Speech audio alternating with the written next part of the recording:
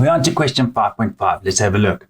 Consider the trig expression 16 sin x times by cos to the power 3x minus 8 sin x times by cos x. 5.5.1 goes on to ask us to rewrite the expression as a single trig expression. So off the bat, we can see we've got two expressions. We've got the 16 on the left-hand side and we've got the 8 on the right-hand side. What we can take out is a common factor. Now, what's a common factor over here? The common factor would be 8 sin x times that by cos x. And what you're left with is 2 cos squared x minus 1. And now we look at this and we think, can we break it down further? Well, let's have a look at the 8 sin x times cos x, and you can see that that is a compound double angle identity. And what I'm going to do is I'm just going to write temporarily on the right hand side here, 8 sin x times that by cos x. And what we're going to do is we're going to take out 4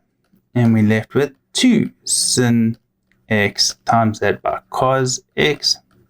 Then what we can do is we can break it down further, and we know that this is sin, that will be 2, and in brackets will be x.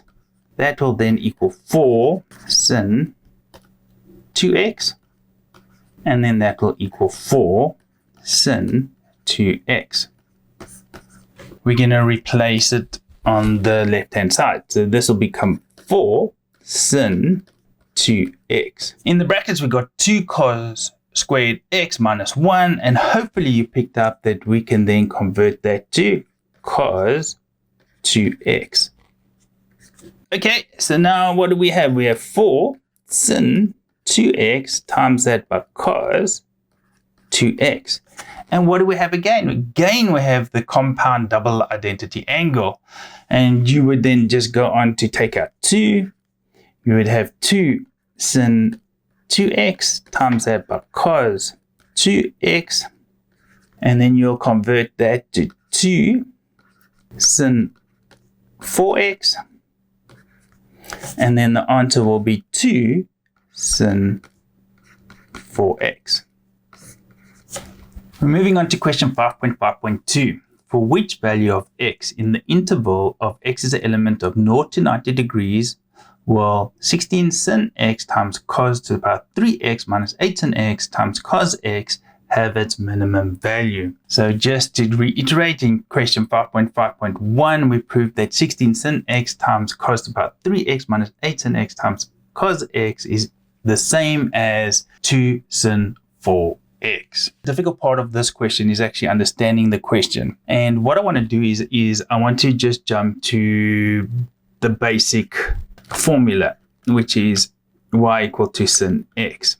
And with y equal to sin x, we'll have a graph that looks something like this. It peaks at 90, it'll cut at 180, it'll have a low at 270, and then they'll cut again at 360. And that is one period. Now what we're working with is we're working with a graph that looks like this, which is equal to a sin bx. So we know that a is the amplitude and b is the period. So in other words, how many times it'll happen in a certain time frame. A is equal to 2. So in other words, the amplitude is going to go up to 2 and it'll go all the way down to minus 2. And we know that the period is going to happen 4 times within 360 degrees. So what we need to do is we just need to divide 360 by 4, which we get 90. So that's over there. We divide 270 by 4, which will give us 67,5. We divide 180 by 4 and we'll get 45 degrees. And then we'll divide 90 by 4 and we'll get 22,5 degrees. And then our graph now looks something like this. It'll peak at 2, it'll come all the way down, it'll cut at 45, it'll go all the way down to minus 2 at 67,5, and then go up to 90. Now, the important thing is that x is an element of 0 to 90 degrees. So we're going to stop over here. The next thing is it's asking us, where is the minimum value? Well, the minimum value is over here. And where is that? That is at 67,5 degrees.